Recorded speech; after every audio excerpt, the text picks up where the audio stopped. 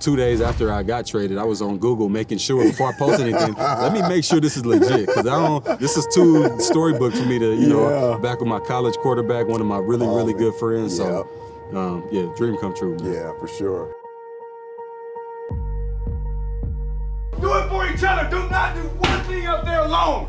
This is the story about how Derek Carr and Davante Adams became one of the greatest QB wide receiver duos in college football history.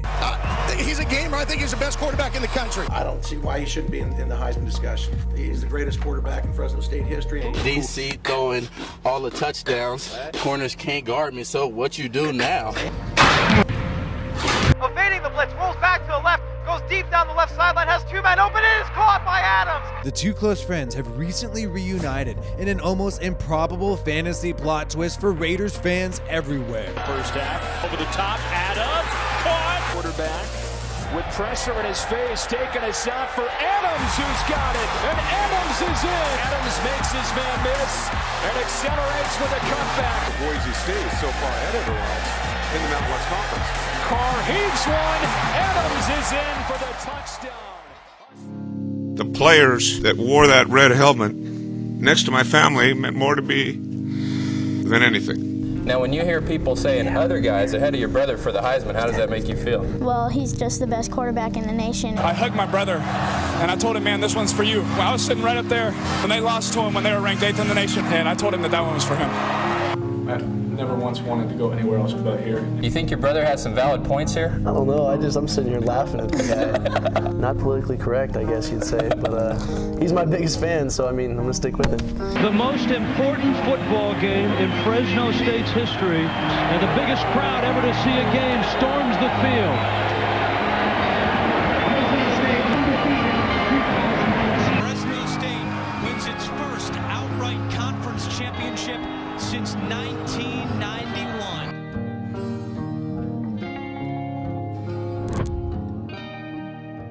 Make sure you like this video if you're watching it right now and subscribe to this channel for more Raiders content. You will not regret it. You ain't out there alone. You can't go out there and be soft. In order to talk about Derek Carr and Davante Adams' history at Fresno State, you first need to discuss the #1 overall draft pick in Fresno State's history, David Carr. David was recruited by legendary Fresno State head coach Pat Hill. 2001 would be David Carr's breakout year and his final year as a Fresno State Bulldog. The 2001 season included several upsets against ranked teams who were out of the conference. Fresno upset Oregon State, who Sports Illustrated called the #1 team in the country during preseason. The most important football game in Fresno State's history, and boy, has David Carr and the Bulldogs shown up. Then they went on to upset the #23 ranked team in the country, Wisconsin. After all these upsets, Fresno State found themselves ranked #8 in the country, the highest for a mid-major team since 1996. Pat Hill told us this was the biggest game in Fresno State history. The highest ranked team ever to set foot in Fresno, California. At the time, though, for a mid-major program such as Fresno State to even be in the conversation for a BCS Bowl invitation was a major disruption to the status quo. David completed 344 passes on 533 attempts, recording a staggering total of 4,839 yards and 46 touchdowns. The Fresno State Bulldogs and the biggest crowd ever to see a game storms the field.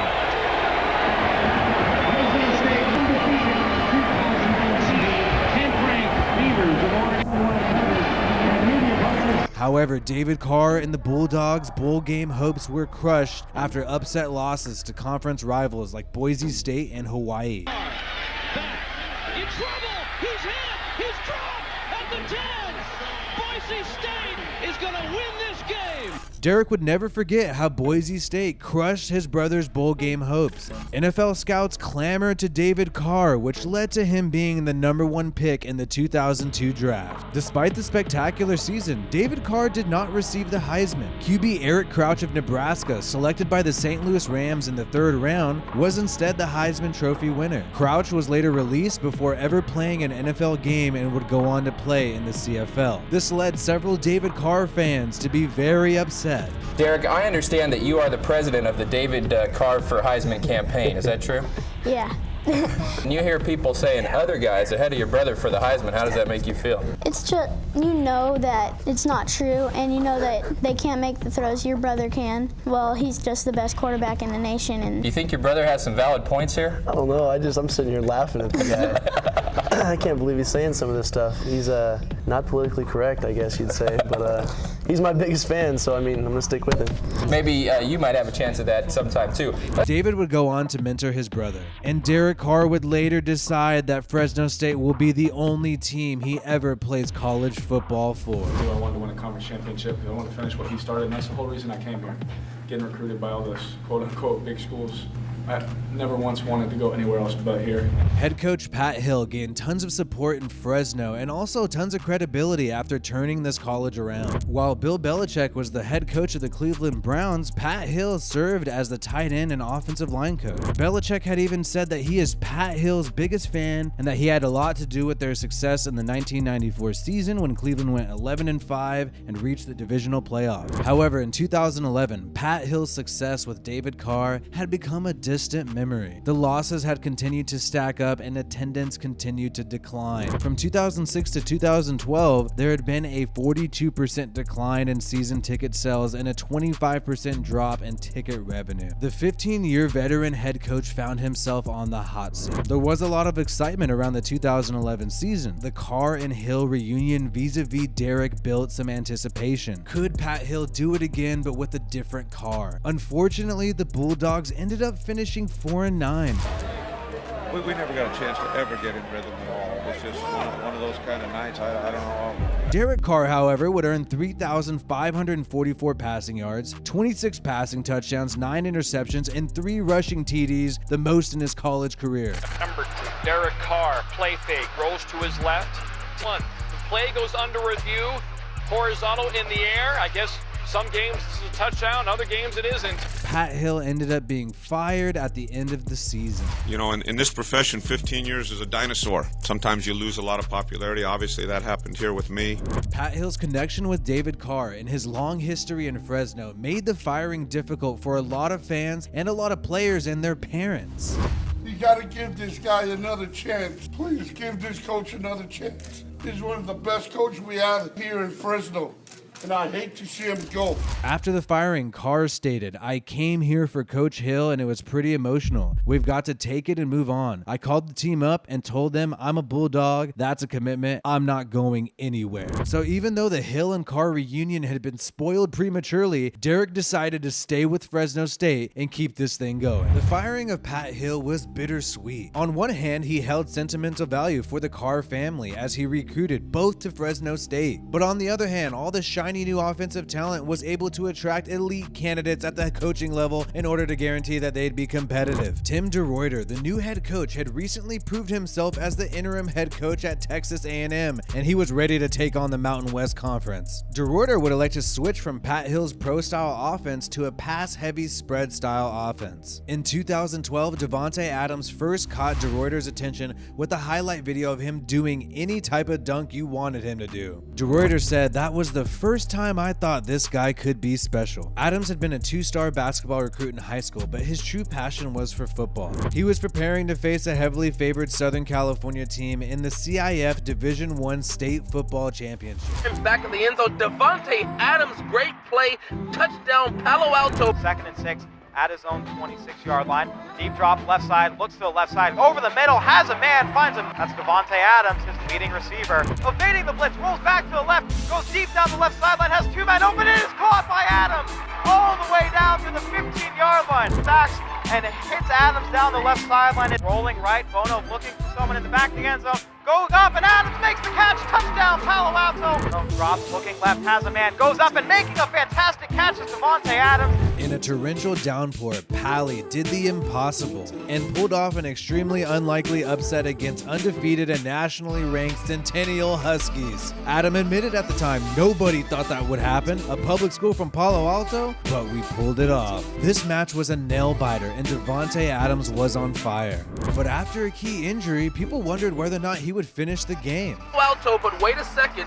Adams comes down awkwardly Despite the fact that he was in pain, Davante Adams suited up and led Pali to a championship. Davante Adams had an emotional celebration with his teammates as Palo Alto in 2010 earned their first ever state championship in football. Palo Alto wins the Division I state championship, the school's first ever state championship in football. By the time Adams took the field as a Bulldog, he had already developed a special chemistry with Derek Carr, one so prevalent that Adams became the starting X-receiver in the offense, beating out Saunders, who was the team's leading receiver the year before. Saunders would go on to be drafted by the Eagles in the 4th round. Adams made an immediate impact when he took the field for the first time in nearly 2 years. The redshirt freshman caught 7 passes for 118 yards and 2 touchdowns. He was the 7th freshman in school history to record a 100-yard receiving game. In 2012, when Fresno State won, they won big. They destroyed San Diego State 52-40, massacred Colorado 69-14, and they also destroyed rivals like Nevada 52-36. They still lost 3 times during the regular season, and each loss was on the road. They never lost at home at Bulldog Stadium. The first loss was against the number 4 ranked Oregon Ducks, which included Marcus Mariota and head coach Chip Kelly. The Ducks would end that season ranked number 3 in the country. Fresno State's roster was just no match for the amount of NFL talent on the Ducks roster. The Oregon Ducks defense featured players like Eric Armstead, DeForest Buckner, Kirk Alonzo, Troy Hill, and former Raider Dion Jordan, just to name a few. Unfortunately, Fresno State did not have one NFL starter on their defense in 2012. Their second loss was against Tulsa in a close game. The Bulldogs were leading in the second half, but a rare fumble by Fresno running back Rouse and an amazing halfback pass by Tulsa led to a miraculous upset. This loss really hurt the Bulldogs' chances at a bowl game. In their 3rd loss of the year, Boise State just got the best of Fresno again. Boise would end the season ranked number 9 in the country, and the team featured NFL players like Jay Ajayi, DeMarcus Lawrence, and Charles Leno. Derek Carr's Week 7 touchdown pass to Davante Adams would be the first touchdown pass that Boise State had given up that year. Boise State would finish with a better overall record than the Bulldogs, but the Bulldogs would tie them in terms of conference records, and the Bulldogs would share the Mountain West Conference Championship with San Diego State and Boise State. Even though they did not finish the season ranked, it was still a successful season. The Bulldogs averaged 40 points a game in 2012, the 12th most in the country. Davante Adams finished the 2012 season with 102 receptions, 1,312 yards, 14 touchdowns, while Carr ended up with a 67.3 completion percentage, 4,104 yards, and 37 touchdowns, along with 7 interceptions. The team went 9-4 and ended up Mountain West co-champions. In 2012, Derek Carr ended up winning the Mountain West Offensive Player of the Year award. Other people have had this award in the past, like Kellen Moore, Andy Dalton, Alex Smith, just to name a few. And Davante Adams was named the Mountain West Conference Freshman of the Year. They were invited to the Hawaii Bowl and defeated by SMU. This season was just the start of something special that would happen the following year in 2013. Now, before we get into the 2013 season, there is something that you do not know about the 2012 season. This was revealed in January 2013. Derek Carr had played the entire season with a torn abdominal muscle, which he suffered in fall camp of 2012. He desperately required treatment, but he had to play the whole season before finally undergoing surgery. This means Carr put up all those impressive stats while injured. He never told any of his teammates because he did not want to distract them. Only the coaches and training staff were aware of his situation. The staff even had to make changes during practice to explicitly avoid injuring Carr any further. Carr later said that it hurt to even sneeze and he was constantly in pain. Because of the injury, the offense was unable to do any zone reads, rollouts, or even some play action, meaning for the entire season, a big chunk of the playbook had to go completely unused. Carr still managed to make big plays and even make big blocks like this against a defender in the Wyoming game. Some of the major criticism towards Carr in 2012 was that he had trouble getting out of the pocket when pressured. Of course, everything changed in the 2013 season. Derek had broke his brother David Carr's single season record in passing yards, 5,082, and in touchdowns with 50, while Davante rewrote the books for every major receiving category, including receptions, 131, receiving yards, 1,700, and touchdowns with 24. In case you are wondering, all of Derek Carr's and Davante Adams' single season records still stand at Fresno today. including leading the nation in passing and receiving yards between 2012 and 2013. Adams' stats from 2 years ago at Fresno State look like video game numbers. In 2012, he had 100+ catches and over 1,000 yards. But in 2013, he went even more nuclear with 131 catches, 1,719 yards, and 24 touchdowns. Carr led the Bulldogs with 5,083 yards and 50 touchdown passes, which was 10 more than the Heisman Trophy winner Jameis Winston. Derek Carr finished 8th in the Heisman Trophy voting. Only 8 QBs have passed for 50 TDs in a single season in college football. Only Oregon State's Brandon Cooks had more receiving yards in 2013 than Davante Adams. The 2013 numbers were eye-popping, and Derek Carr and Davante Adams were two of the most dangerous wide receiver QB duos in college football. In 2013, the season opener set the tone for the rest of the year. Fresno picked up an overtime victory, 52-51 versus Rutgers. The crowd erupted when Rutgers failed to convert on the final play of the game. Derek Carr went 52 of 73 passes in this game, 456 yards, 5 touchdowns, and only 1 interception. Davante Adams caught 14 passes, earned 148 yards and 2 TDs. The Bulldogs would massacre their opponents, gaining 60 points in 2 separate occasions during this season. But Derek Carr had his eyes on Boise State the whole time. So far, Derek Carr had been 0-2 against Boise State. He always wanted to get payback for Boise State knocking David Carr and the Bulldogs in 2001 out of any serious bowl game contention. David Carr had placed a Boise State flag in their house to remind Derek of the task at hand. The number 25th ranked Fresno State Bulldogs would enter the game with a home crowd of over 40,000 in attendance. Heather Carr and baby Dallas Carr were also in attendance. Dallas had had multiple surgeries prior to this game and had just recently returned from the hospital. The Fresno community showed tons of support to Derek, Heather, and Dallas when they were dealing with this rough time. Derek was dealing with this personal adversity throughout the game.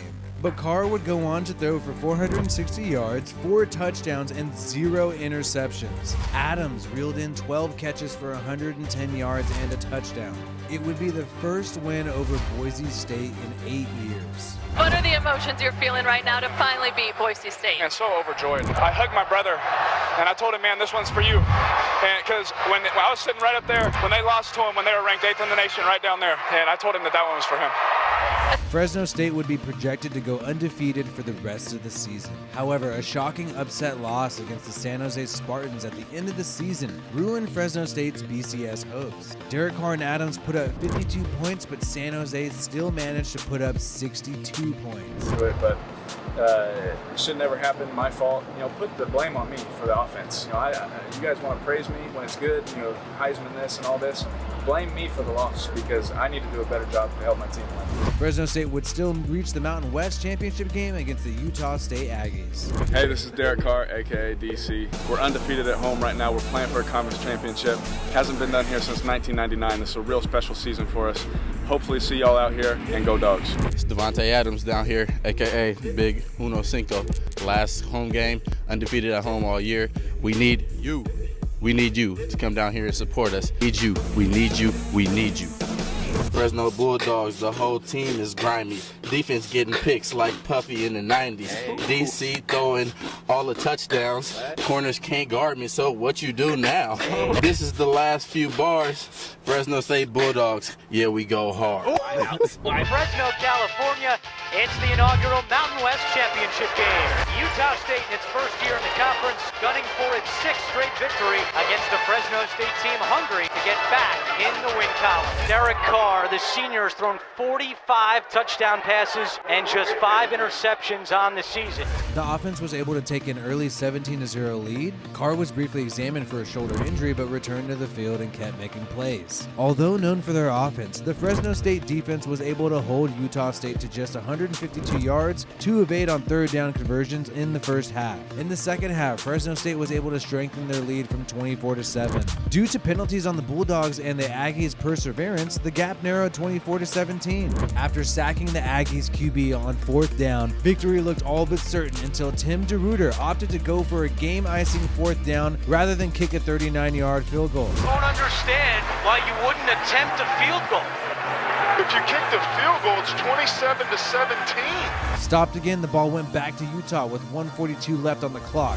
An interception by Fresno State finally ended the game, and Bulldog Stadium erupted with joy. Storming the field here at Bulldog Stadium, the fans have rushed on. This capped the end of a historic record-setting season. Derek Carr and Davante Adams had one of the greatest statistical seasons of any wide receiver QB college duo in history. Derek Carr finally led Fresno to a victory over Boise State like he promised his brother. And rather than sharing the Mountain West Conference Championship like they did in 2012, Fresno State would earn its first standalone Mountain West Conference Championship. Despite being one of the greatest duos in the country in college football, Carr slid to the second round in the 2014 NFL Draft, and Adams was only selected with the 21st pick in the second round shortly after. Despite being drafted lower than they wanted, Derek and Davante took advantage of their opportunity in the NFL and made impacts immediately. Until 2020, Derek Carr and Davante were throwing to each other 2 to 3 times a week since they both lived in Danville, a quarter mile away from each other. Carr was also a groomsman in Adams' wedding. 9 years later, after 2013, Derek and Davante are reuniting together to finish what they started. My name is WiFiWillie of the Raiders Rundown. Peace out and have a good one.